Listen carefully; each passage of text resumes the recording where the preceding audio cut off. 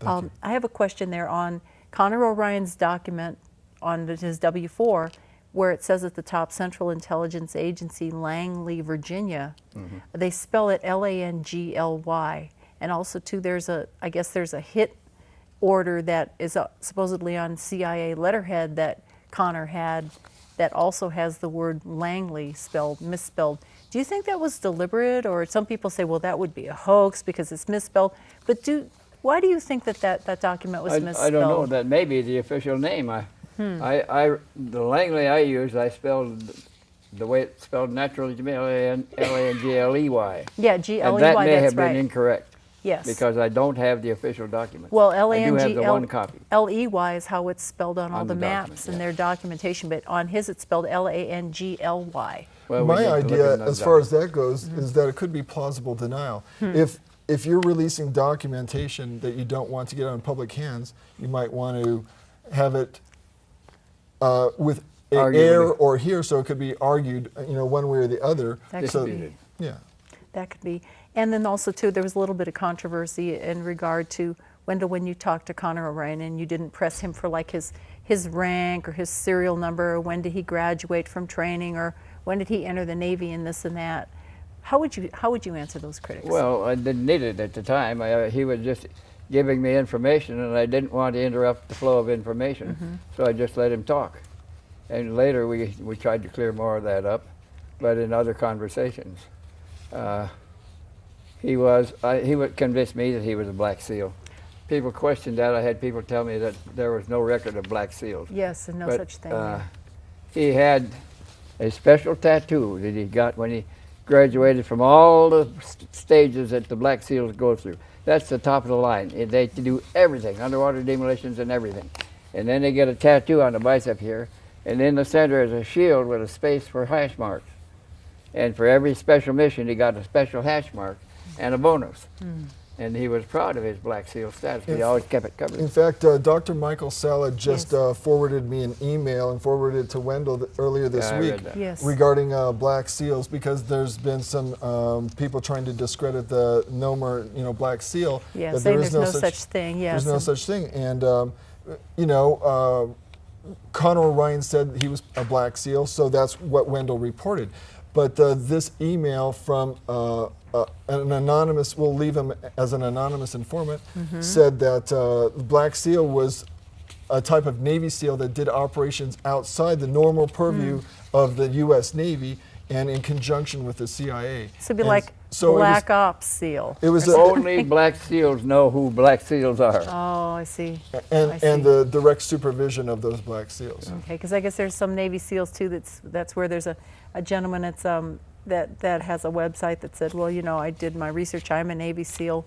There's no such thing as a Black SEAL. There's going to be a lot of people that want to shut this information down, that are going to want to discredit it. But what I'd like people to do is look at the whole documentary and look at all the evidence of all the different witnesses. Yes. You've got Bob Lazar, you've got Phil Schneider, you've got Connor O'Ryan, you've got Philip Corso, you've got William Cooper, you've got Bill Uhouse. You have all these different men of different ages, different backgrounds, a lot of them affiliated with the U.S. Navy, coming out and saying, and the U.S. Navy is the one that operates or is, in charge in terms of the 4 branches of the military, in charge of Groom Lake. And you've got all these different witnesses coming out, and a lot of their testimony, as you're going to show later on, overlaps and conjuncts. So I'd like people to maybe think about the minutia, the details, but look at the overall case. Yes. There's an interesting thing. You mentioned Bill Uhouse. He told me early after he came out to see me for the first time, but he says, we're all given control names when we're assigned to the job. That's my control name. That's what I'm paid under. That's what I'm registered under. But that's not my real name.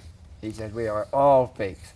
So everybody that works there is working under a pseudonym, a false name. Yes. They don't use their real names. And I found that very interesting. That none of them have their true I identity. find that interesting in the corporate world too, when you see these banking scandals going on like recently, how they'll collapse one bank, they'll bring it up, another bank, the FDIC will take control of it, it'll get ceded to another bank, they change the names, they move everything around. It's a giant It's like a shell game. That's I was just exactly, thinking that. that's exactly how our government operates. It's Yes. a giant shell game. Try and follow the money if you can quick enough, because there you they're go. just going to keep shuffling it around, changing the names, moving everything around, renaming everything, and it's something historically done for the last several hundred years. Yeah, understood that.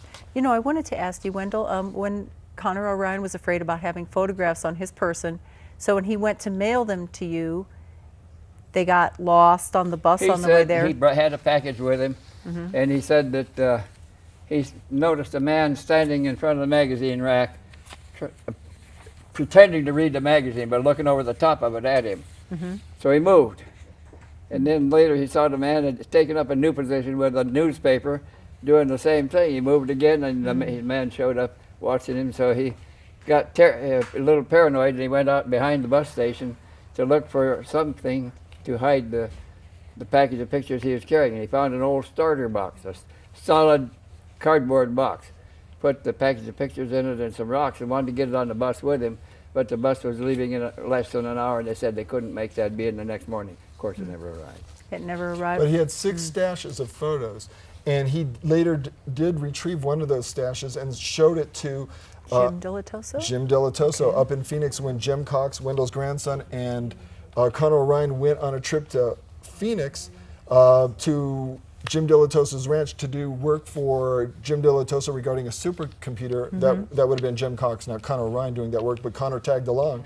And in that time, they were accosted by in a house, a bungalow outside of the main Delatoso ranch, and also during that time when Connor O'Ryan and Jim Cox were on Delatoso's ranch, Connor O'Ryan showed Delatoso the photos, and in this documentary we interviewed Delatoso, and he describes what he saw in those photos. Yes. And some of the experiences surrounding that stay of Connor O'Ryan at Delatoso's ranch is quite shocking, including dismembered body parts. Yeah, I dismember a severed finger, severed human finger. was nailed Ninjas to running him. across his lawn at Yeah. night. Just a number of very Straddling his legs in bed at threatening- night with an AK-47 pointed at their heads, Jeez, and the man that's crazy. searching their little shaving kits looking So for it something. wasn't just one man making allegations. There was Yeah. a number. There was Bob Dean involved as being a witness. There was Wendell Stevens, Jim Cox, Jim Delatoso,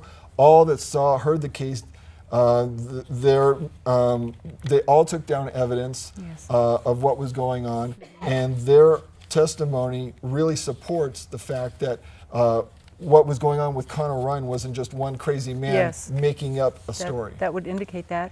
And also at the time, Jim says that he couldn't verify the authenticity of the photos. He thought it was interesting, but he wasn't, his impression about this and the entire situation at the time was he thought it was very violent in its attitude, with the severed finger and the fact that Connor O'Ryan says, I was a hired killer and they're going to kill me if they catch guns me. all the time, loaded Yeah. guns. Showed him and the whole- pictures of the Yeah. dead bodies. Yes, and showed him Polaroids, pictures of- not just regular pictures, but Polaroids, Yes. which are much harder to doctor and fake than Oh. And back at that time, Yeah. computers were just coming up. It's not Yes. as sophisticated now with what you can do with Photoshop. That's right. But those were Polaroid pictures of dead human beings murdered by Connor O'Ryan. That Connor That's what was he claimed, asked yes. to take pictures of the bodies and take them back to his So he would mission. prove on that his he special did it. missions. Is that how that Correct. proof that he did what he was supposed to do? Part of the proof. And I have a question too, again on the photographs, is you and John Lear went to the Las Vegas bus terminal with a key that Connor O'Ryan had given you, and he drew a map as to which locker at the bus station Exactly, these and the key. pictures would be in. So what happened when you got there?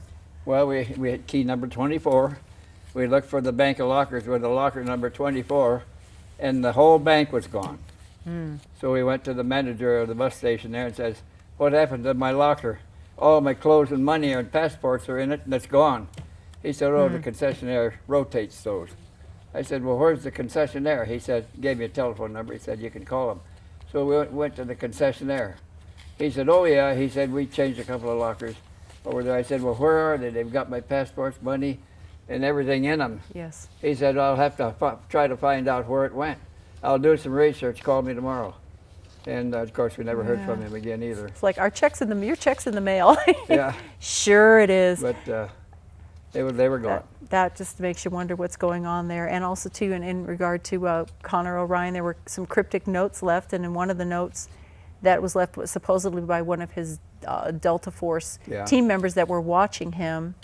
They weren't mentioned the word Malakia.